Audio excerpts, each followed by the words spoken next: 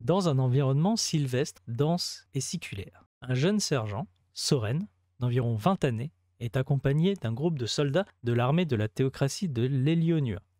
Ce groupe progresse méthodiquement. Leur attention est focalisée sur la mission qui leur a été confiée. Atteindre la forteresse d'un magicien noir, Magnus, et sécuriser le cristal d'Aurora, un artefact d'une puissance incommensurable, objet de nombreuses convoitises et légendes.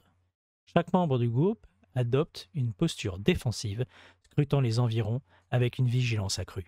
La dynamique de groupe repose sur une répartition stratégique des rôles. Éclaireur en avant-garde, soutien des archers en position médiane et défenseur assurant la protection des flancs. Cependant, la forêt présente des caractéristiques environnementales limitant la visibilité et entravant les déplacements. L'humidité du sol rend le terrain instable, tandis que le couvert végétal restreint le champ de perception. L'équilibre tactique est brutalement rompu par un cri perçant. Signal sonore d'une attaque imminente. Des figures surgissant des ombres, se déplaçant avec une vélocité impressionnante. Des Carirans, une espèce humanophéline dotée d'une morphologie optimisée pour la prédation et le combat rapproché. Leur stratégie repose sur un assaut éclair, exploitant leur rapidité et leur coordination pour désorienter leurs adversaires. Le combat s'engage immédiatement. Le groupe de soldats tente d'opposer une résistance organisée, mais les assaillants surpassent le corps expéditionnaire en nombre et en agilité. Les soldats de Soren sont éliminés un à un, réduisant rapidement les chances de survie. La prise de décision devient impérative. Face à une situation de désavantage critique, Soren appliqua une stratégie de dissimulation passive. Il s'allongea au sol, adoptant une posture rigide pour simuler sa propre mort.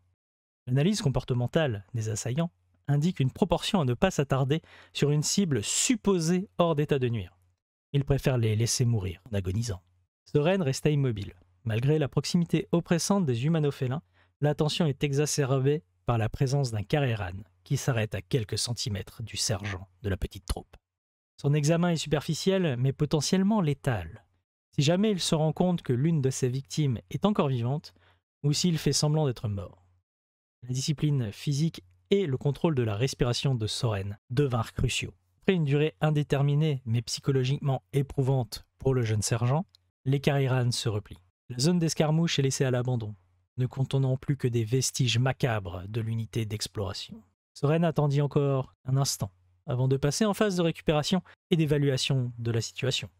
Après avoir vérifié que la zone était sécurisée, le jeune sergent s'attarde parmi les vestiges du champ de bataille.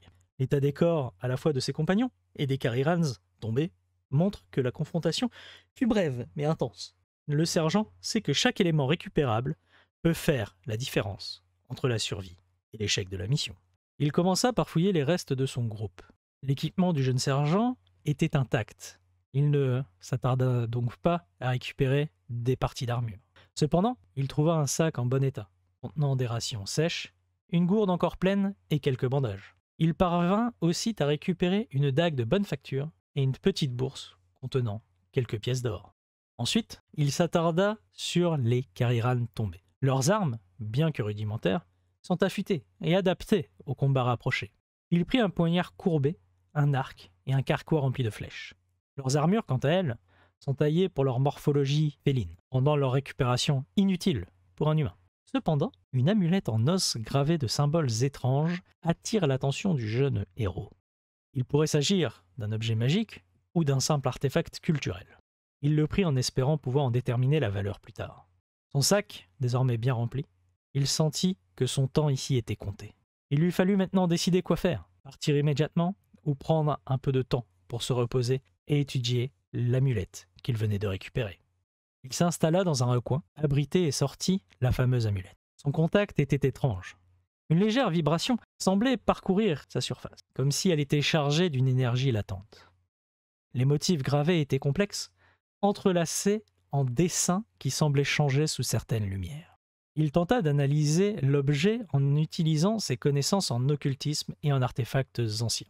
L'amulette dégageait une faible aura magique, signe d'un enchantement résiduel. Sans une étude plus approfondie ou un spécialiste, il était difficile d'en identifier les propriétés exactes. Une option s'offrait quand même à lui, essayer d'utiliser un talisman de l'Église qui a sa propre énergie divine qu'il pouvait canaliser vers l'artefact pour en révéler tous les secrets. Cela pouvait s'avérer bénéfique, mais aussi très risqué. Si jamais les énergies se repoussaient, il pourrait y avoir une violente réaction, voire même une explosion. Soren préféra quitter la zone avec précaution, évitant tout mouvement brusque qui pouvait attirer l'attention d'éventuelles patrouilles Carirans. Chacun de ses pas était calculé. Chaque bruit qu'il entendait était scruté. La forêt était maintenant devenue un labyrinthe vivant, où chaque arbre semblait être un potentiel danger. Son objectif resta clair, atteindre le château de Magnus, le magicien noir. Mais le chemin serait long, et l'absence d'un groupe de soutien rendrait chaque rencontre potentiellement mortelle. Notre héros suivait les anciennes cartes et repères que le groupe avait étudiés avant le départ, cherchant à minimiser les risques tout en optimisant sa progression. Alors que la nuit tombait, il repéra un abri naturel sous une formation rocheuse. Il avait un choix entre poursuivre malgré l'obscurité ou prendre le temps de la nuit pour récupérer ses forces. Le choix d'une progression nocturne modifie considérablement le rapport aux menaces potentielles. La réduction de la visibilité impose une dépendance accrue aux autres sens et à l'interprétation des indices environnementaux. Bruit de feuilles, mouvement d'ombre, variation du vent. Les compétences d'orientation deviennent essentielles pour éviter de perdre la trajectoire prévue. Il n'eût jamais cru que les cours d'orientation du vieux Wilhelm lui seraient aussi cruciaux pour survivre.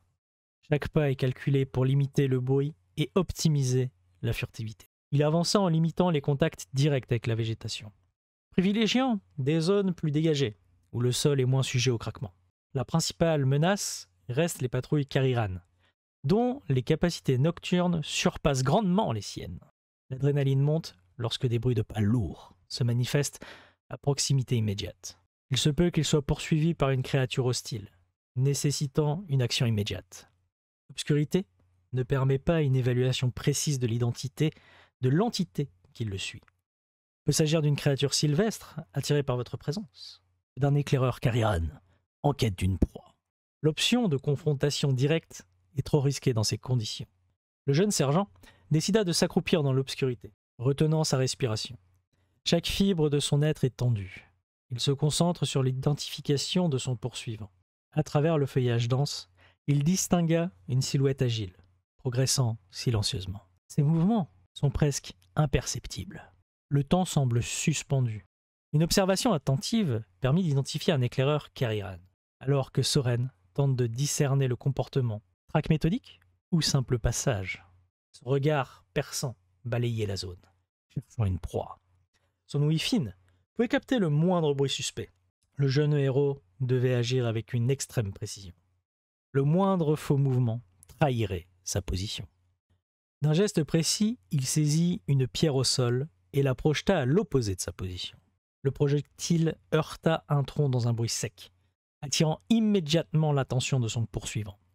L'éclaireur Cariran tourna la tête, ses oreilles frémissantes, à la recherche d'un son supplémentaire, confirmant une présence. Son instinct le poussa à s'approcher lentement de la source du bruit, laissant à Soren une ouverture pour agir. Il saisit cette opportunité et commença à s'éloigner en silence, chaque pas se faisant léger. Chaque respiration devait être mesurée pour éviter de trahir sa fuite. Alors qu'il s'enfonçait davantage dans l'obscurité de la forêt, Soren perçut les bruits de son poursuivant, désormais focalisé sur la fausse piste que le jeune sergent avait créée. Sa fuite la mena à une intersection naturelle dans la forêt. À gauche, un sentier escarpé menant vers les hauteurs, offrant une meilleure vue, mais augmentant le risque d'être détecté. À droite, un passage plus dense en végétation, idéal pour la furtivité, mais rendant la progression plus difficile et imprévisible. Notre héros opta pour la voie la plus discrète et plongea dans la dense végétation. Sa progression devient immédiatement plus ardue. Branches basses, racines traîtresses et sol meuble rendant chaque mouvement périlleux. Il avançait lentement, prenant soin de ne provoquer le moindre bruit, susceptible d'alerter ses poursuivants. Le couvert végétal offre un avantage indéniable. La densité des feuillages masque la silhouette du jeune sergent et rend toute détection visuelle quasiment impossible. Il respirait lentement, atténuant ainsi le moindre son que sa présence pouvait produire. Chaque pas est pesé, chaque geste réfléchi. Les minutes s'écoulent et Soren ressentait une montée de tension. Les bruits du poursuivant humano-félin se faisaient de plus en plus lointains, preuve que la manœuvre de diversion avait porté ses fruits. Cependant, il réalisa que cette voie, bien que sûre, l'exposait à d'autres risques. La forêt est vivante, et il ne savait pas quel danger tapi dans l'ombre pouvait surgir. Le jeune sergent décida de s'enfoncer encore plus profondément dans la forêt, la lumière se faisant de plus en plus rare, filtrée à travers un épais couvert végétal. L'air devenait plus lourd, saturé d'humidité. L'atmosphère semblait presque oppressante. Autour de lui, le silence fut troublé par des bruissements furtifs et des lueurs étranges qui apparaissaient par intermittence entre les arbres tordus. Il avançait prudemment, conscient que cette partie de la forêt était inexplorée et potentiellement habitée par des créatures inconnues. Soudain, un craquement lourd résonna à quelques mètres devant lui. Une silhouette massive émergea des ombres. Un être de bois et de mousse, dont les yeux luisent d'une lueur spectrale. Il s'agit d'un gardien sylvestre, une entité chargée de protéger les secrets de la forêt. Levant les mains en signe de paix, le jeune sergent articula lentement et sur un ton mesuré. « Je ne suis pas là pour vous nuire. Je veux juste me rendre à la forteresse qui se trouve dans cette forêt. Là-bas, j'arrêterai le mage noir qui tourmente ce monde. » Le gardien sylvestre le scruta, pesant chaque geste et chaque son. Soren contrôla sa respiration et adopta une posture mesurée en présence de gardien sylvestre. Après une analyse rapide de son langage corporel, notre héros comprit que la créature de bois n'avait pas d'intention hostile immédiate. Il faut utiliser cette opportunité pour exposer la mission avec clarté et pragmatisme. Je dois me rendre à la forteresse pour récupérer le cristal d'Aurora, afin qu'il retourne là où il doit être, c'est-à-dire auprès des autres reliques de mon peuple. Une fois cela fait, je vous laisserai en paix. L'utilisation de cet artefact détruira votre forêt en la corrompant, s'exprima Soren, d'un ton calme, tout en continuant à scruter son interlocuteur. Le gardien sylvestre demeura immobile un instant, son regard luminescent scrutant chaque nuance de la posture et du discours de notre héros. La tension est palpable, chaque seconde s'étirant sous l'incertitude de sa réponse. Enfin, l'homme arbre inclina légèrement la tête, un signe d'acceptation partielle. Sa voix, empreinte d'une résonance ancestrale, résonna non pas dans l'air, mais directement dans l'esprit du jeune homme. Mais cette entrée dans son esprit ne fut pas violente, c'était plutôt comme une douce brise printanière. Étranger, ton essence ne porte ni convoitise ni souillure. Le cristal d'Aurora engendre déjà une perturbation dans l'équilibre de cette forêt.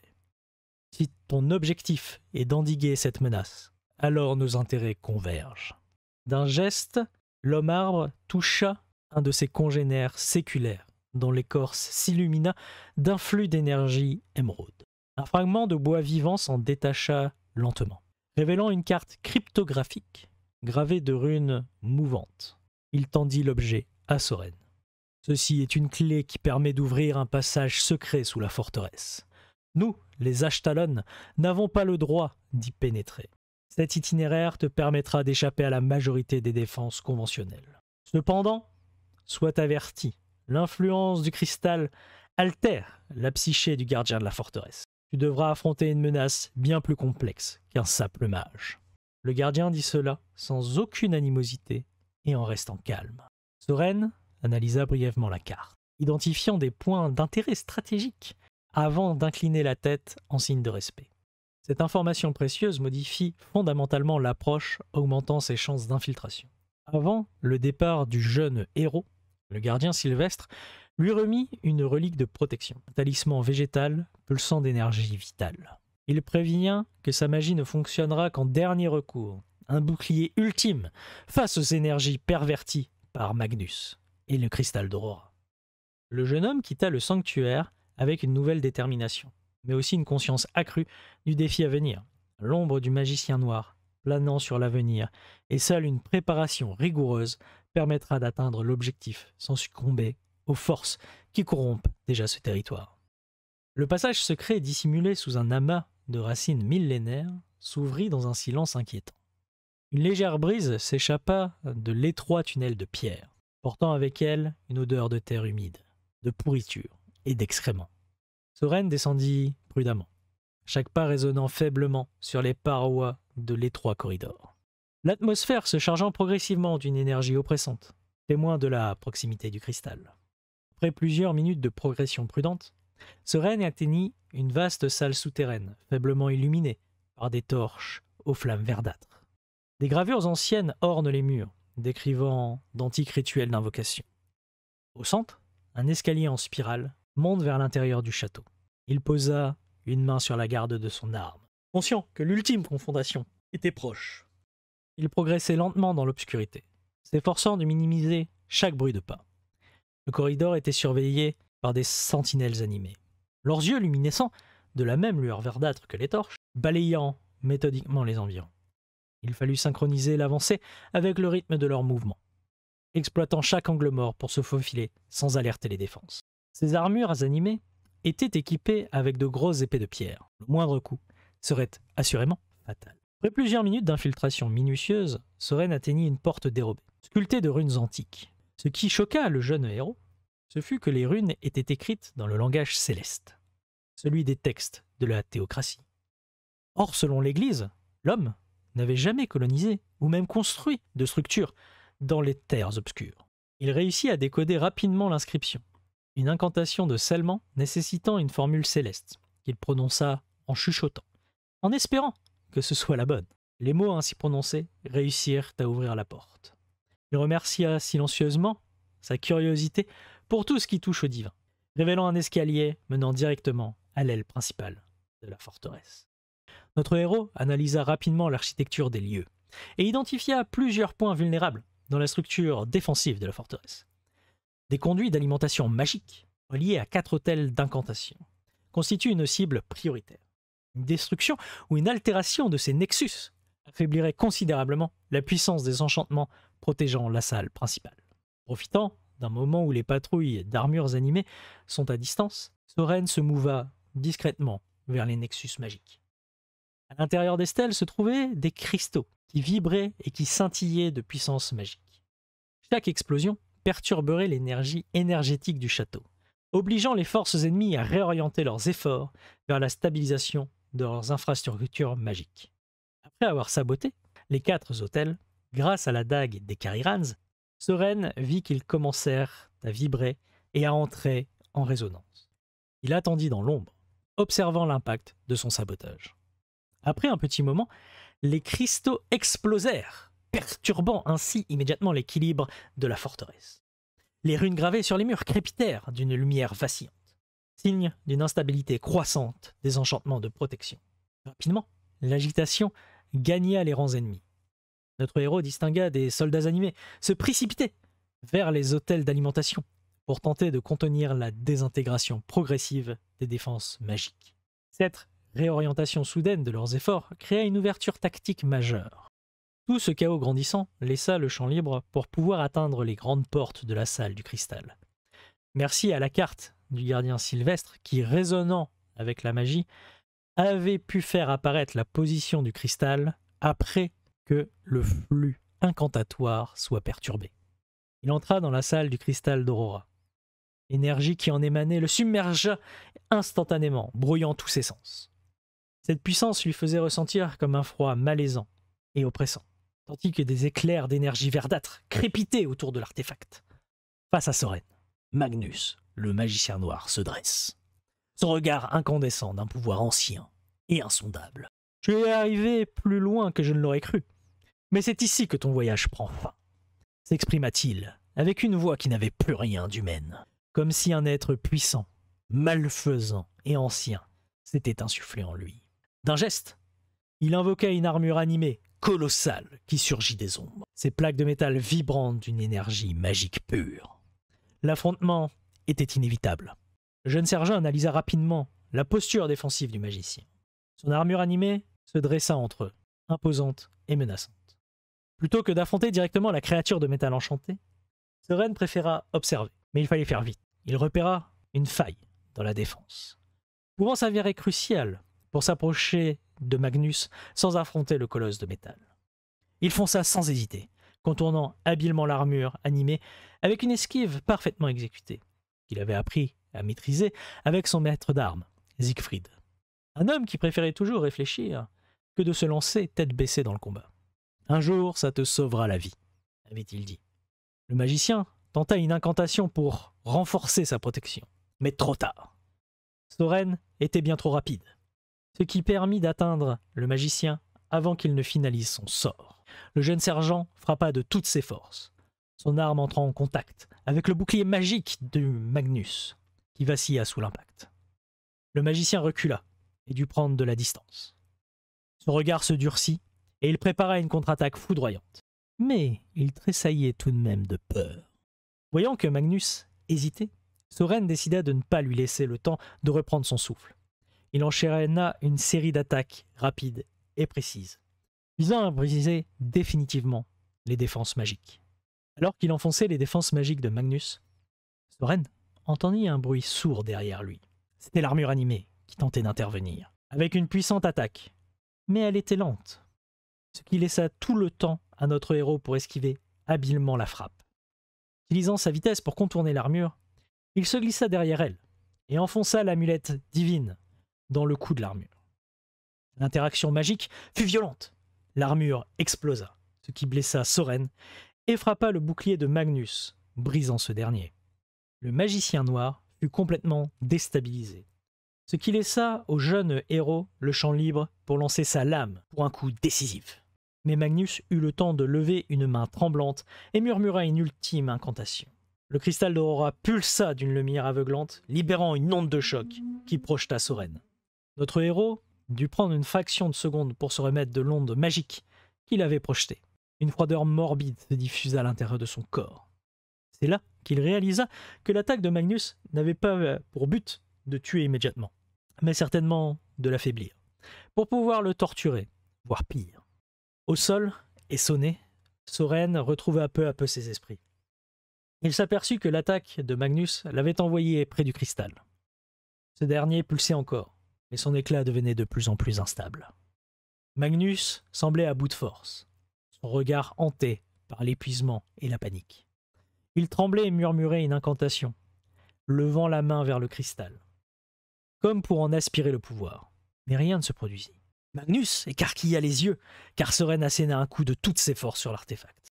La froideur qui en émanait devint insoutenable, et les pulsations lumineuses devinrent erratiques. Soren rassembla une nouvelle fois ses forces et donna un coup décisif, brisant la pierre maudite en un millier de fragments.